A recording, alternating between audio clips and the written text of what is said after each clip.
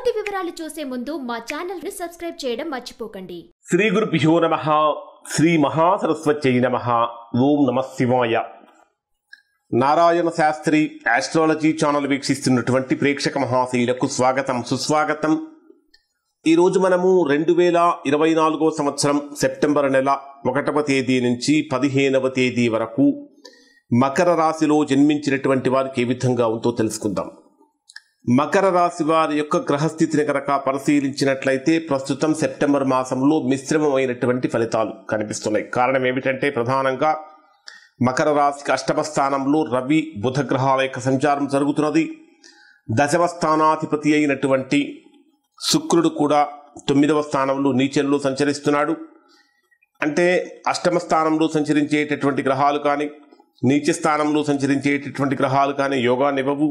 అలానే దానితో పాటు మకర రాశికి చతుర్థ లాభస్థానాధిపతి అయినటువంటి కుజుడు కూడా మీ రాశికి 6వ స్థానంలో సంచరిస్తున్నాడు.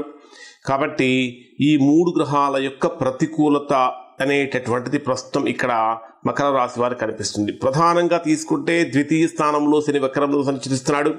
కాబట్టి ఆర్థిక వ్యవహారాలు అంతంత మాత్రంగానే సాగుతూ ఉంటాయి. సమయానికి రావాల్సిన ధనం చేతికి అందడంలో కొద్దిగా ఇబ్బందులు పడుతూ ఉంటారు. విద్యార్థులు విద్యా సంబంధమైనటువంటి విషయాలలో ఉన్నత విద్య కోసం కనుక ప్రయత్నించినట్లయితే ఆటంకాలు అనేటటువంటివి కలుగుతూ ఉంటాయి. ప్రధానంగా తృతీయ స్థానంలో రాహు యొక్క ప్రభావము, 9వ స్థానంలో శుక్రుడు నీచంలో ఉన్నటువంటి కారణం చేత ఎవరి నుంచి అయితే సహాయాన్ని కోరుతూ ఉంటారో, ఎవరి నుంచే సహాయాన్ని పొందాలనుకుంటారో సహాయం అనేటటువంటిది అందకుండా పోయే అవకాశం కూడా కనిపిస్తూ ఉంటుంది. ప్రధానంగా తీసుకుంటే మీ రాశికి 6వ స్థానంలో సంచరించేటటువంటి కుజుడు యొక్క ప్రభావం కారణం చేత కుజ వీక్షణం మీ రాశికి 12వ స్థానం మీద మరియు మీ జన్మరాశి మీద కూడా కుజ వీక్షణం ఉంటుంది. కాబట్టి అనవసరమైనటువంటి విషయాలలో తలదూర్చి వివాదాలు తెచ్చుకునే ప్రమాదం ఉంది.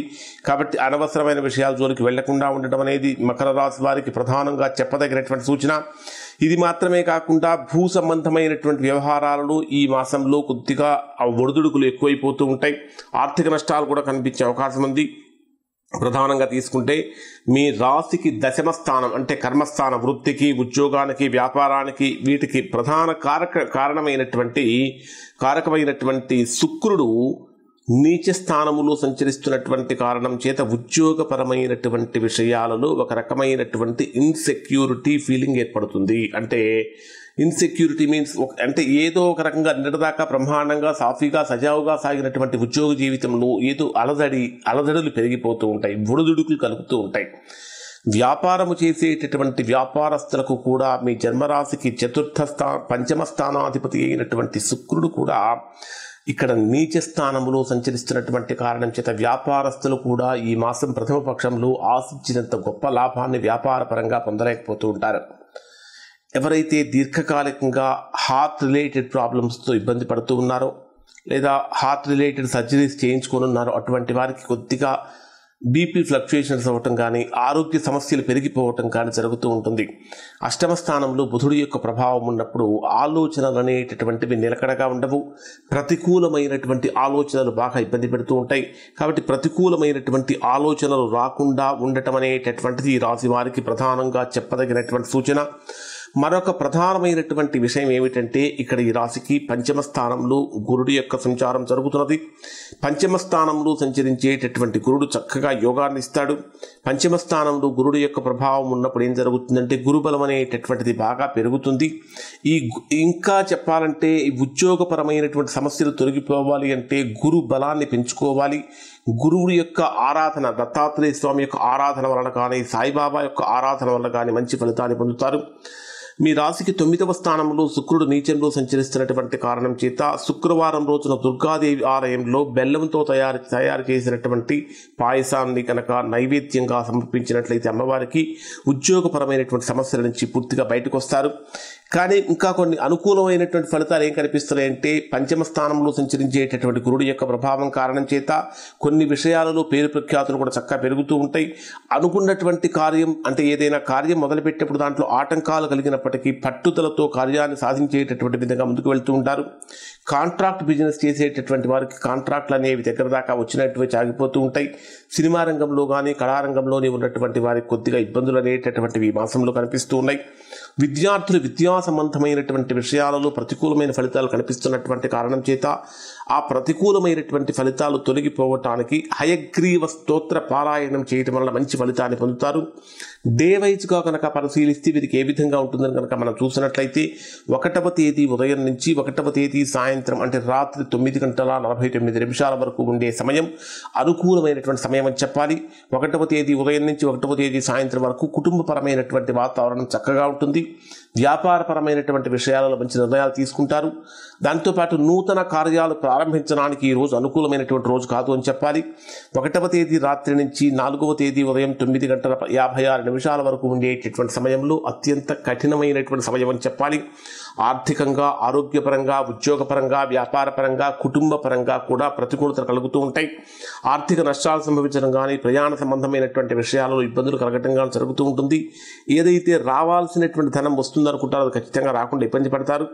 4వ తేదీ ఉదయం 9:56 నుంచి 6వ తేదీ రాత్రి 11 గంటల వరకు ప్రేమ వివాహం చేసుకోవాలనుకునేటటువంటి వారు అడుగు ముందుకు వేసినప్పటికీ ఎక్కడో ఒక రకం ఒక చోట ఇబ్బంది కలిగి ఆగిపోవాల్సిన పరిస్థితి వస్తుంది.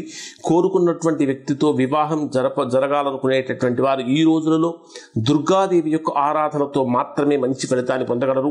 అలానే ఈ మాసం ప్రథమ పక్షంలో మకర రాశి వారిని కనుక పరిశీలించినట్లయితే వివాహ ప్రయత్నాలు చేసేటటువంటి వారికి కూడా అవకాశాలు అనేవి దగ్గర దాకా వచ్చినట్టే వచ్చి ఆగిపోతూ ఉంటాయి. అంటే గొప్ప ఫలితాన్ని పొందలేకపోతూ ఉంటారు.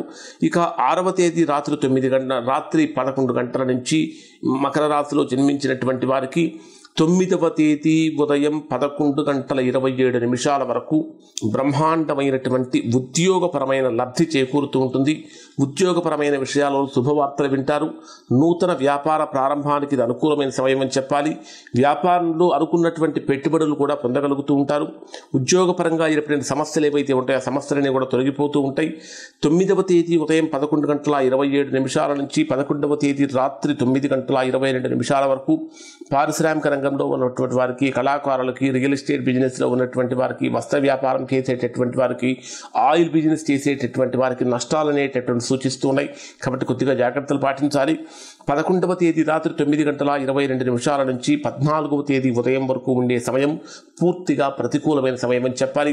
నమ్మక ద్రోహాలు జరగటం కానీ, కుటుంబపరమైన సమస్యలు తలెత్తడం కానీ, కుటుంబ వాతావరణంలో చిన్న చిన్న విషయాలకి మనస్పర్ధలు పెరిగిపోవటం, రకరకాల సమస్యలు అనేటటువంటివి కలుగుతూ ఉన్నాయి. ఇది కొంచెం ప్రతికూలమైనటువంటి రోజులని చెప్పాలి. ఇక 14వ తేదీ ఉదయం నుంచి 15వ తేదీ రాత్రి వరకు ఉండే సమయం అంతా కూడా చక్కగా అనుకూలమైనటువంటి ఫలితాన్ని పొందుతారు. మొత్తం మీద కనుక పరిశీలించినట్లయితే మకర రాశి వారు మిశ్రమమైనటువంటి ఫలితాలే పొందుతున్నారు. ఇప్పుడు చెప్పినటువంటి ఫలితాలు 90% మందికి 90% ఫలితాలు వర్తిస్తాయి. ఎవరైతే ఇంకా తీవ్రమైనటువంటి ప్రతికూలతలు పొందుతున్నారో, ఎవరికైతే అనుకున్నటువంటి పనులు జరగకుండా ఉద్యోగపరంగా, వ్యాపారపరంగా ఇబ్బందులు ఫేస్ చేస్తున్నారో అటువంటి వారు ఒకసారి మీ వ్యక్తిగత జాతకాన్ని విశ్లేషణ చేయించుకొని దోషం ఎక్కడుందో తెలుసుకొని దోష నివారణ కనుక చేయించుకుంటే సత్ఫలితాన్ని పొందుతారు. ఇవి మకర రాశికి సంబంధించినటువంటి ఫలితాలు. శుభం.